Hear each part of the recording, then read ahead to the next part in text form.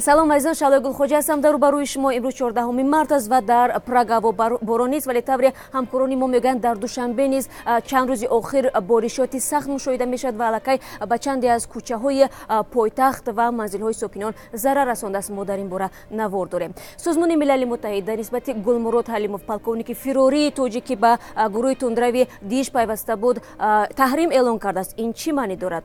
Интизор бошед. Ва таҳдиди нави Русия ба Тоҷикистон, ҳавопаймоҳои моро роҳ бидиҳед ё ён ки ҳавопаймои шуморо роҳ намедиҳем.